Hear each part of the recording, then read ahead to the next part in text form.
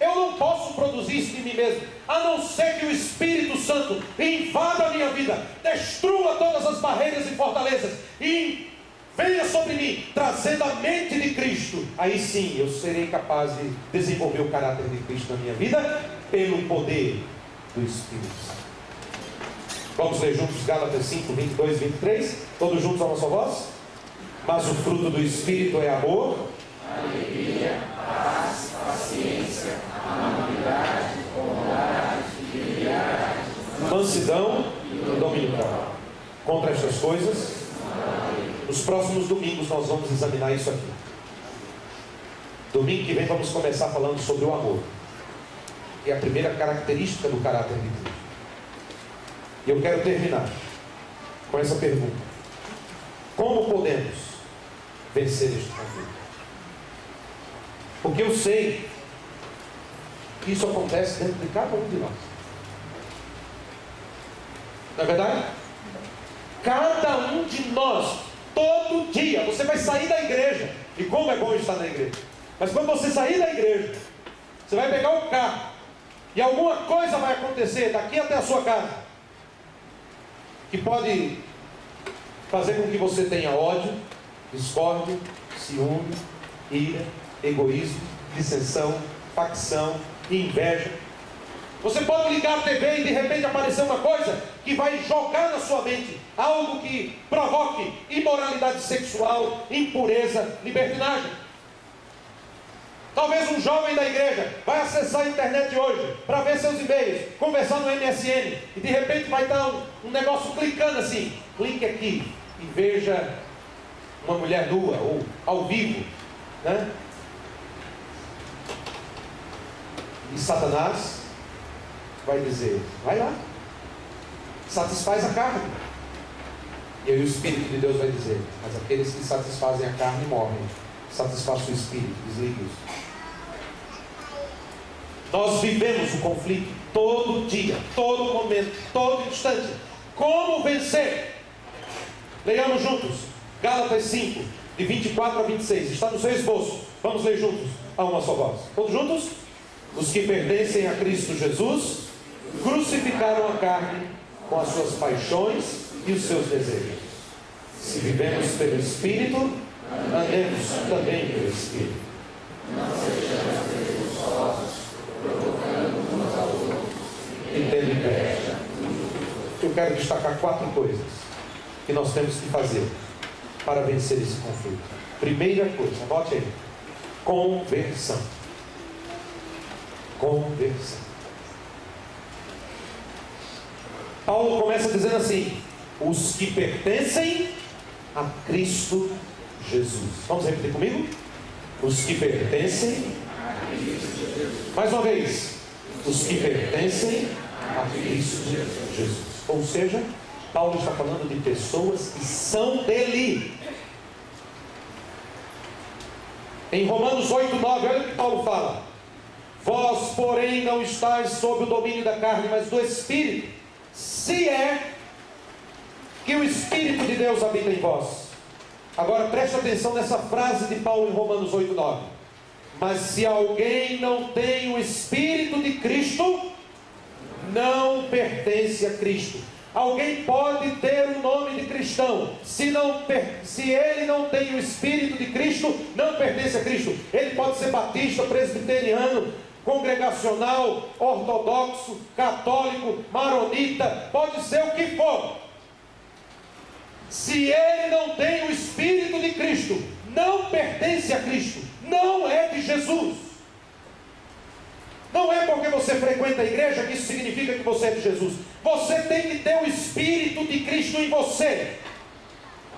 Ninguém pode vencer esta batalha sem antes ter um encontro pessoal, marcante, transformador, regenerador com Jesus Cristo. Sem Cristo, o homem está morto em seus delitos e pecados. Sem Cristo, o homem está afastado de Deus. Sem Cristo, o homem é inimigo de Deus. Sem Cristo, o homem está derrotado.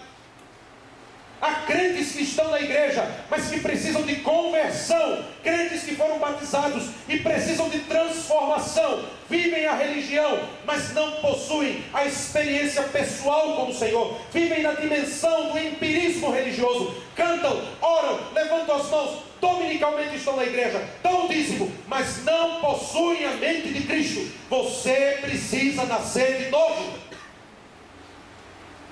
Você quer vencer essa luta? Você precisa se converter. Você precisa nascer de novo. Você precisa ser transformado. Você precisa pertencer a Jesus. Satanás tem que olhar para você e ver o Espírito Santo habitando em você. Sabe o que a Bíblia diz? Eu acho lindo isso. A Bíblia diz que o Espírito Santo é o selo e penhor da nossa herança. Você sabe o que significa isso? Selo, na antiguidade, era um carimbo que se dava com um anel, numa parte de cera, e quando alguém recebia uma documentação com aquele carimbo, ele sabia, esta carta pertence ao dono deste carimbo. O Espírito de Deus, quando habita no crente, Satanás olha para o crente e diz assim: esse pertence a Jesus, eu não posso tocar nele. Eu posso oprimi-lo, posso lançar setas inflamadas, posso jogar pedra, mas não posso tocar nele, porque ele tem o Espírito de Cristo. O Espírito é o selo dele. E o Espírito Santo é o penhor da nossa herança. Penhor é a garantia que é dada antes, como a certeza de quando você chegar no final, receberá aquilo que foi prometido.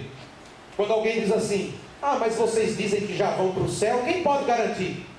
Eu não posso garantir, mas o Espírito Santo de Deus que habita em mim é o penhor da minha herança. Ele garante que quando eu terminar a minha vida, quando eu fechar os meus olhos, quando abrir os meus olhos no céu, eu verei o meu Senhor dizendo: entra para o gozo do teu Senhor.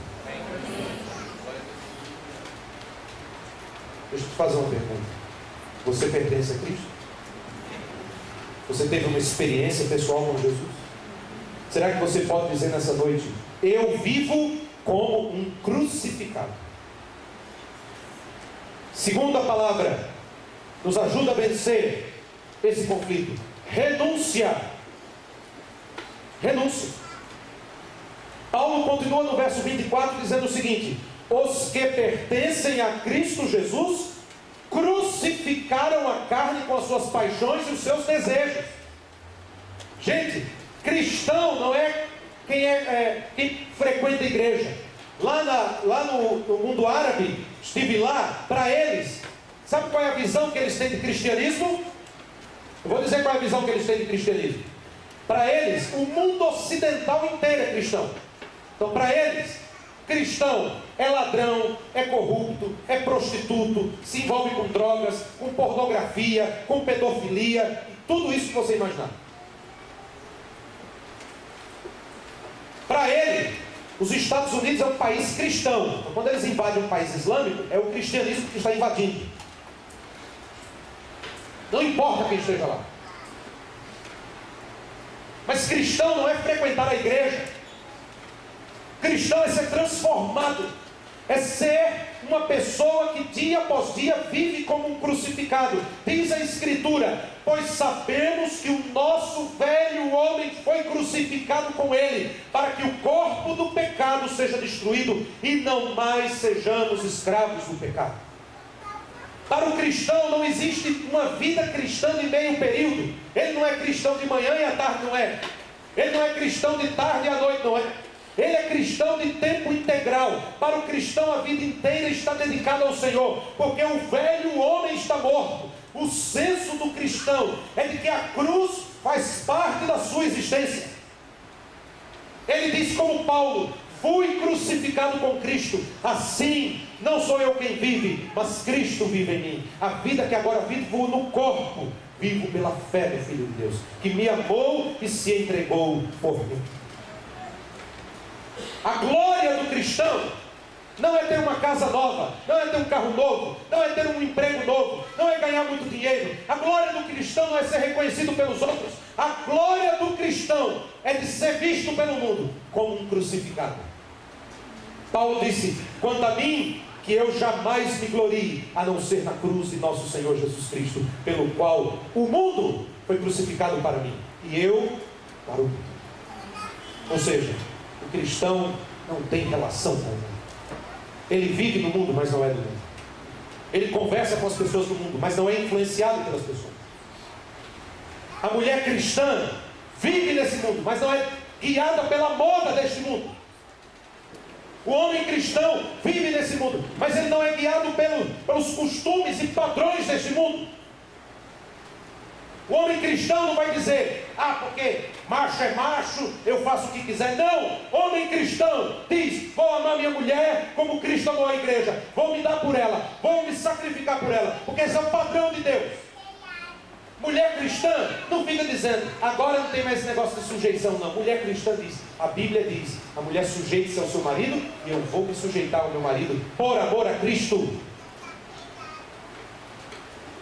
Filho cristão não é como esses filhos do mundo: eu faço o que quer, velho, fica na sua. Não, filho cristão diz: honra teu pai e tua mãe. Vou honrar meu pai e minha mãe, porque esse é o primeiro mandamento com promessa. Eu vou viver por um padrão diferente. Renúncia, todos os dias. Nós temos que renunciar. Todos os dias temos que crucificar a carne e crucificar a nós mesmos. Pergunta: você renunciou ao mundo, a carne e os desejos pecaminosos? Você é um crucificado? Terceira palavra: você quer vencer essa luta? Tenha coerência. Coerência. Paulo diz no verso 25 de Gálatas: se vivemos pelo Espírito, andemos também pelo Espírito. Isso é coerência. Um cristão não abre mão de sua condição de ser guiado pelo Espírito. Por isso a batalha é imensa, porque a essência da carne é nos levar à rebeldia. A carne é o inimigo dentro dos portões que tenta abrir o nosso coração para o pecado. Cristo, quando morreu na cruz, ele morreu para pagar a culpa do pecado, mas ele não eliminou a carne. Por isso nós somos humanos. Então o crente também está suscetível a pecar, e a carne milita. Deixa eu fazer uma ilustração. Quando os Estados Unidos começaram, logo depois de Pearl Harbor, a guerra contra o Japão na Segunda Guerra Mundial, no Oceano Índico, os americanos tiveram que conquistar ilha por ilha do Pacífico, desculpa, não Índico, do Pacífico. Os japoneses ficavam nas ilhas e eram verdadeiras fortalezas. O que os americanos faziam? Eles pegavam toda a frota naval, todos os fuzileiros, todos os aviões, todos os canhões, e eles atacavam num lado só da ilha, para fazer o que no exército se chama cabeça de ponte. Então eles precisavam atacar naquele lugar com toda a força, de modo que quando eles afastavam um pouco os japoneses, eles entravam, se fortaleciam ali, e a partir dali, daquela cabeça de ponte, eles iam conquistando a ilha passo a passo. É isso que acontece na nossa vida.